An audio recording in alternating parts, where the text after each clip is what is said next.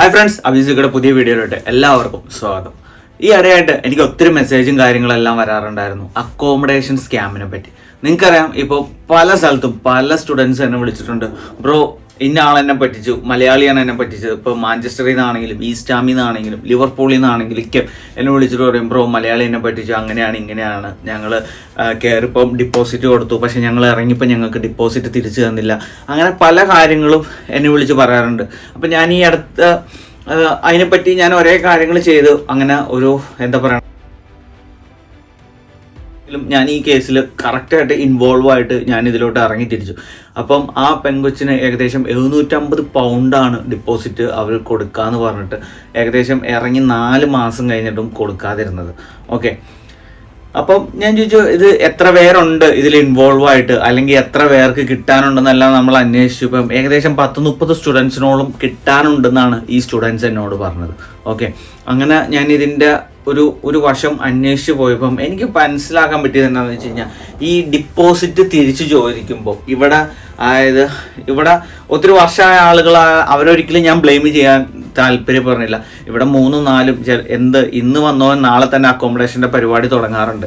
അവരൊക്കെയും പറയുമ്പം ഈ സ്റ്റുഡൻസ് കാശ് ചോദിച്ച് വിളിക്കുമ്പം അവർ പറയുന്ന ഒരു ഡയലോഗുണ്ട്, എനിക്ക് ഇമിഗ്രേഷനിൽ പിടിപാടുണ്ട്, എനിക്ക് കൗൺസിലിൽ പിടിപാടുണ്ട്. ബ്രോ, നമ്മൾ നിൽക്കുന്നത് UK-ലാണ്, യുണൈറ്റഡ് കിങ്ഡത്തിൽ.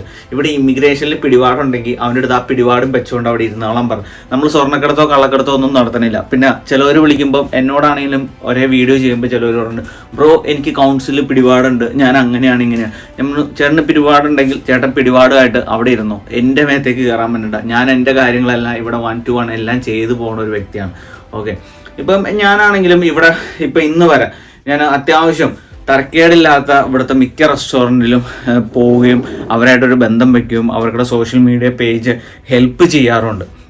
അപ്പോൾ അവിടെ ചെല്ലുമ്പം 20 വർഷമായിട്ടുള്ളവരുണ്ട്, 25 വർഷമായിട്ടുള്ളവരുണ്ട്. ഇപ്പോൾ കഴിഞ്ഞ ആഴ്ച നമ്മൾ ബ്രിസ്റ്റോളിൽ പോയപ്പം ആ ചേട്ടനാണെങ്കിലും ഇവിടെ വന്നിട്ട് അപ്പം ഞാൻ അവരോട് പറയും, ചേട്ടൻ ഇങ്ങനെ സ്റ്റുഡൻസ് ഇങ്ങനെ പ്രശ്നത്തിൽ അകപ്പെടുന്നുണ്ട്. അപ്പോൾ അവരോടേക്ക് അഡ്വൈസ് എടുക്കുമ്പം, എടാ നിങ്ങൾ സ്ട്രെയിറ്റ് ഫോർവേഡായിട്ട് പോകും.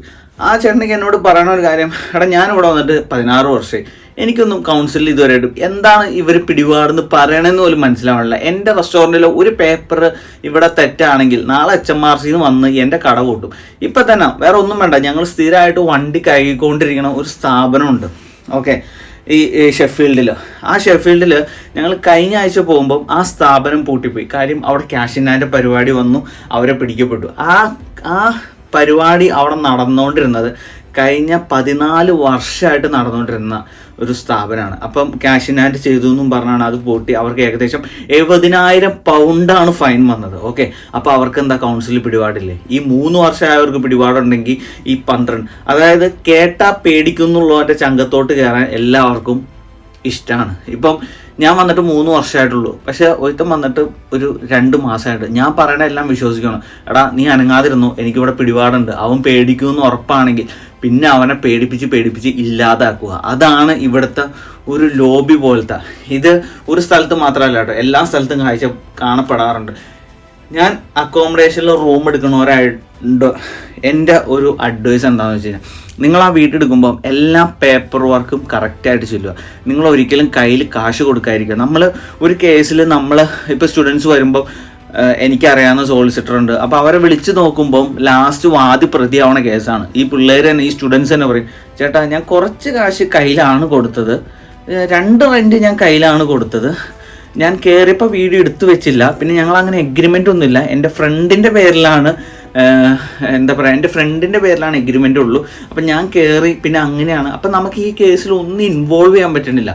എന്താണെന്ന് വെച്ചാൽ എനിക്കറിയാവുന്ന സോളിസിറ്റർ ആണെങ്കിലും, എടാ അബീസ് ഇതൊക്കെ കണ്ടില്ലേ, നമ്മൾ ഇവർക്കിടെ സപ്പോർട്ട് ചെയ്യണമെന്ന് ആഗ്രഹം ഉണ്ടെങ്കിൽ പോലും സപ്പോർട്ട് ചെയ്യാൻ പറ്റില്ല. കാര്യം അത്രയും മിസ്റ്റേക്സ് സ്റ്റുഡൻസ് ചെയ്തിട്ടുണ്ട്. അപ്പം എൻ്റെ ഒരു ഒറ്റ അഡ്വൈസ്, നിങ്ങൾ വീട് എടുക്കുമ്പോൾ കറക്റ്റായിട്ടുള്ള എഗ്രിമെൻ്റ് വയ്ക്കുക, കറക്റ്റായിട്ട് കൗൺസിൽ ടാക്സ് അടയ്ക്കുക, പിന്നെ റെൻറ്റ് എന്തുണ്ടെങ്കിലും നിങ്ങൾ ഓൺലൈൻ ട്രാൻസാക്ഷൻ തന്നെ ചെയ്യുക. ഇനിയിപ്പോൾ ഒരു 20 പൗണ്ട് അവർ കൂടുതലാണെങ്കിൽ കൈ തരുവാണെങ്കിൽ 500 വന്നാൽ മതി. പക്ഷേ ഓൺലൈൻ ട്രാൻസാക്ഷൻ ആണെങ്കിൽ 520 തന്നോന്ന് പറയുവാണെങ്കിൽ 520 തന്നെ. പിന്നെ വീട്ടിൽ കയറുമ്പോൾ നിങ്ങളൊരു നല്ല വീഡിയോ എടുത്ത് കൊടുക്കുക, ഇറങ്ങുമ്പോഴും ആ വീഡിയോ കാണിച്ചു കൊടുക്കുക. അതിൽ കൂടുതൽ എന്ത് സംസാരിച്ചാലും നിങ്ങൾക്ക് യൂണിയിൽ നിങ്ങൾക്ക് സ്റ്റുഡൻറ്റ് യൂണിയൻ എന്ന് പറയുന്ന സംഭവമുണ്ട്, അവരോട് പോയി ഹെൽപ്പ് ചെയ്യുക.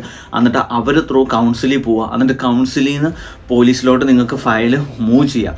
പിന്നെ ഇത് മൂവ് ചെയ്യണതിന് മുമ്പ് ഇത് ഏത് വ്യക്തിയാണോ, സത്യം പറഞ്ഞാൽ ഞാൻ ഒരിക്കലും പറയില്ല കേട്ടോ, ഇവിടെ മലയാളികൾ തന്നെയാണ് മലയാളികളെ പറ്റിക്കണതെന്നൊന്നും ഞാൻ ഒരിക്കലും പറയില്ല. കാര്യം മലയാളികൾ ഒത്തിരി കഷ്ടപ്പെട്ട് തന്നെയാണ് ഇവിടെ ഒരേ സംരംഭങ്ങൾ കെട്ടി ഉണ്ടാക്കിയെടുക്കണത്. അപ്പോൾ അത് തകർക്കാനായിട്ടൊന്നും നമ്മൾ ശ്രമിക്കണേയല്ല. പക്ഷെ അങ്ങനെ ഒരു അക്രമം ചെയ്യണ കണ്ട അതിനെതിരെ നമ്മൾ സംസാരിക്കുക തന്നെ വേണം. ഇവിടെ പല സ്റ്റുഡൻസിൻ്റെ കേസ് എടുക്കുമ്പോഴും പല സ്റ്റുഡൻസും പറയണ കേൾക്കുമ്പോഴാണ് നമുക്ക് സങ്കടം തോന്നിപ്പോണത്. ചിലവരുടെ ചേട്ടാ അവരിക്കും വലിയ ആൾക്കാരല്ലേ, എന്താണ് വലിയ ആൾക്കാർ, പൊക്കത്തിലാണോ വലിയ ആൾക്കാർ, എനിക്ക് അറിയില്ലാത്തതുകൊണ്ട് ഞാൻ ചോദിക്കാം കേട്ടോ. അവരിക്കും വലിയ ആൾക്കാരല്ലേ, അപ്പോൾ അവർക്കെതിരെ പോകാൻ പറ്റുമോ ചേട്ടാ? അവർക്ക് കൗൺസിലിൽ പിടിയുണ്ട് ചേട്ടാ, അവർക്ക് ഇമിഗ്രേഷനിൽ പിടിയുണ്ട് ചേട്ടാ, അവർ വന്നിട്ട് ഇത്രേ. അങ്ങനെ പേടിക്കാൻ നിന്നാൽ നമ്മളെല്ലായിടത്തും പേടിച്ച് നിൽക്കേണ്ടി വരും. ഒരു തവണ നിങ്ങൾ സംസാരിക്കുക, ഓക്കെ. പിന്നെ ചില സ്റ്റുഡൻസ് പറയണം ചേട്ടാ എൻ്റെ കാശ് എന്നാലും പറ്റിക്കപ്പെട്ടു, ഞാനിത് വെളിയിൽ പറഞ്ഞ നാണക്കേടാണ്. അങ്ങനെയൊക്കെ ഉള്ളവരെ കാണുമ്പോഴാണ് നമുക്ക് എന്താ പറഞ്ഞാൽ ഒരു പിന്നെ അവരുടെ മുഖത്ത് പോലും നോക്കാൻ പറ്റാത്തൊരവസ്ഥയായിപ്പോൾ. അപ്പം നിങ്ങൾക്ക് എന്ത് മിസ്റ്റേക്ക് ഉണ്ടെങ്കിലും ഇവിടെ നിങ്ങൾക്ക് ഫൈറ്റ് ചെയ്യാം, ഇവിടെ നിങ്ങൾക്ക് കൗൺസിലിൽ പോവാം, അവിടെ എല്ലാവരും സപ്പോർട്ടീവാണ്. പിന്നെ നിങ്ങൾക്കാണെങ്കിലും ഇവിടുത്തെ സോളിസിറ്ററായിട്ട് മലയാളി സോളിസിറ്റർമാർക്ക് അടുത്ത് പോവാം, അല്ലെങ്കിൽ ഇവിടെ ഒത്തിരി വർഷമായിട്ടുള്ള മലയാളികൾ പോവാം. ഇവിടെ ഒരാളൊരു മോശം കാണിച്ചു എന്ന് പറഞ്ഞാൽ എല്ലാവരും മോശം കാണിക്കണമെന്നൊന്നുമില്ല കേട്ടോ. ഇവിടെ ഒത്തിരി നല്ല ആളുകളുണ്ട്, ഓക്കെ, ഒത്തിരി നല്ല ആളുകളുണ്ട്, ഓക്കെ. ഇപ്പൊ 10 എടുത്താൽ അതിൽ 6 കേടുന്നുള്ള രീതി മാത്രം നോക്കിയാൽ മതി, ഓക്കെ.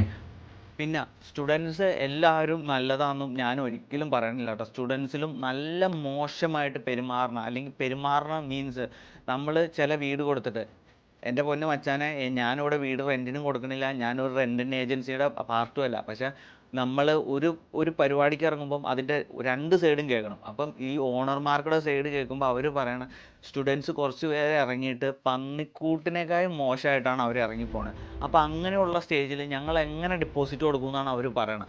അപ്പോൾ അവർ ഇറങ്ങി പോകുമ്പം ഹൗസ് ഓണറും ഒരു വീഡിയോ എടുത്ത് നമ്മളെ കാണിക്കുന്നുണ്ട്. അപ്പോൾ എല്ലാ സ്റ്റുഡൻസും നല്ലതാണോ അല്ലെങ്കിൽ എല്ലാ സ്റ്റുഡൻസിൻ്റെ ഒപ്പം നിൽക്കാനോ നമ്മളില്ല. നല്ല സ്റ്റുഡൻസ്, അതായത് ഞാൻ പറഞ്ഞല്ലോ, നിങ്ങൾ കയറുമ്പോൾ ഒരു വീഡിയോ എടുക്കുക, ഇറങ്ങുമ്പോഴും ഒരു വീഡിയോ എടുക്കുക, എന്നിട്ട് നിങ്ങൾ കാണിക്കുക. ഇപ്പം പല ഏജൻസിയിലും ഇപ്പം നമ്മുടെ ഈ അടുത്ത് എൻ്റെ കൂട്ടുകാരൻ്റെ ഇറങ്ങിപ്പോയിക്കും കറക്റ്റായിട്ട് അവൻ്റെ കറക്റ്റ് കാശ് തിരിച്ചിട്ട് ഒരു മേശ അവൻ്റെ കയ്യിൽ നിന്ന് പൊട്ടിയിട്ടുണ്ടായിരുന്നു, അതിൻ്റെ 30 പൗണ്ട്. വേറെ ഒന്നും വേണ്ട, ഞാൻ നിന്ന് സംസാരിക്കുന്ന വീട്ടിൽ ഇതിന് മുമ്പ് ഒരു തമിഴ് ഫാമിലിയാണ് നിന്നത്. അവൻ്റെ 900 പൗണ്ടാണ് ഈ ഹൗസ് ഓണർ മേടിച്ച്. അവന് തിരിച്ചു പോയപ്പം 720 പൗണ്ട് കൊടുത്തു. അതെങ്ങനെയാണെന്ന് വെച്ച് കഴിഞ്ഞാൽ അവൻ്റെ അടുത്ത് ബാത്റൂമിൽ മോണ്ടുണ്ടായിരുന്നു, അത് ക്ലിയർ ചെയ്യണമെന്ന് പറഞ്ഞു. അപ്പോൾ അവൻ പറഞ്ഞു അതിൻ്റെ എക്സ്പെൻസ് എടുത്തോന്ന് പറഞ്ഞു. പിന്നെ അവൻ കിച്ചണിൽ ഡ്രോ ഉണ്ട്, തുറക്കുന്ന ഡ്രോ, അതിൻ്റെ 2 ഹുക്ക് ഒടിഞ്ഞിട്ടുണ്ടായിരുന്നു. അപ്പോൾ അത് അവന് മാറ്റുവാണെങ്കിൽ ചിലപ്പോൾ 10 കൊണ്ടായിരിക്കും, പക്ഷെ അവർ ചാർജ് ചെയ്തപ്പോൾ 30 വെച്ച് പറഞ്ഞു. പക്ഷെ അവൻ ഹാപ്പി ആയിരുന്നു. അവന് വേറെ അക്കോമഡേഷനും ജോലിയും കിട്ടി പോകുന്നതുകൊണ്ട് അവനിത് കുഴപ്പമില്ലാന്ന് പറഞ്ഞു. അപ്പോൾ ഞാൻ ഈ ഡിസംബർ 15-ാം തീയതി ഇറങ്ങാൻ നിൽക്കുകയാണ്. ഞാൻ ഉറപ്പായിട്ടും എൻ്റെ 900 പൗണ്ടിൽ ഒരു 200 പൗണ്ട് ചിലപ്പോൾ അവർ പിടിക്കുമായിരിക്കും. എൻ്റെ 700 പൗണ്ടായിട്ടാണ് ഞാൻ ഇവിടെ നിന്ന് ഇറങ്ങുള്ളൂ, ഓക്കെ. നമ്മുടെ ഹൗസ് ഓണറും എൻ്റെ അടുത്ത് നമ്മൾ കാര്യങ്ങൾ പറഞ്ഞിട്ടുണ്ട്. അപ്പോൾ അവർ പറഞ്ഞു ഡിസംബർ 1-ാം തീയതി ഇൻസ്പെക്ഷന് വന്നിട്ടുണ്ടെന്ന് പറഞ്ഞു. നമ്മളെല്ലാം കാര്യം നമ്മുടെ വീട്ടിൽ മോണ്ടൊക്കെ പിടിച്ചാണ് എല്ലാം ക്ലിയർ ആക്കി. അതല്ല ഇവിടുത്തെ ടോപ്പിക്ക്. അപ്പം ഞാൻ പറഞ്ഞത് മനസ്സിലാക്കുക, ഓക്കെ. 2 ഭാഗത്തും നോക്കുക, എപ്പോഴും നമ്മുടെ ഭാഗം ക്ലിയറായി പോവുക. പിന്നെ ഇവിടെ പിടിപാടുള്ളവരുണ്ടെന്ന് പറയണവർക്ക് അടുത്തൊന്നും വലിയ സംസാരിക്കാതെ നിൽക്കുക, ഓക്കെ. അപ്പോൾ ഇത്രയൊക്കെയാണ് എനിക്ക് പറയാനുള്ളത്. കാര്യം ഇതിൽ ഞാൻ കഴിഞ്ഞ ഒരാഴ്ചയായിട്ട് നല്ല രീതിയിൽ ഈ അക്കോമഡേഷൻ സ്കാമിൽ ഞാൻ ഇതിനെതിരെ ഒത്തിരി ഞാൻ ശ്രമിച്ചാണ്. പക്ഷെ നമുക്ക് ഒരു പരിധിക്ക് മേളിൽ ഇടപെടുമ്പോൾ സ്റ്റുഡൻസിൻ്റെ ഭാഗത്ത് തന്നെയാണ് മിസ്റ്റേക്ക് എന്നാണ് എനിക്ക് ഫീൽ ചെയ്തിട്ടുള്ളത്. ഇനി എൻ്റെ ഭാഗത്ത് എന്തെങ്കിലും തെറ്റുണ്ടെങ്കിലും ഇനി എന്തെങ്കിലും നിങ്ങൾക്ക് പറയാനുണ്ടെങ്കിൽ നമ്മുടെ കമൻറ്റിലിടുക. നിങ്ങൾക്ക് പറ്റിയേക്കണം മണ്ടത്തരം, അല്ലെങ്കിൽ നിങ്ങൾ ആര് പറ്റിച്ചു, അല്ലെങ്കിൽ എങ്ങനെ പറ്റിച്ചു, അല്ലെങ്കിൽ എന്തായിരുന്നു നിങ്ങളുടെ മിസ്റ്റേക്ക്, അതെല്ലാം കമൻറ്റിലിടുവാണെങ്കിൽ ഇനി വന്ന സ്റ്റുഡൻസിനെങ്കിലും ഈ ഒരു അബദ്ധം പറ്റാതിരിക്കുമെന്ന് ഞാൻ വിശ്വസിക്കുന്നു. അപ്പോൾ anyway it's Abees signing off from Abees with channel. By.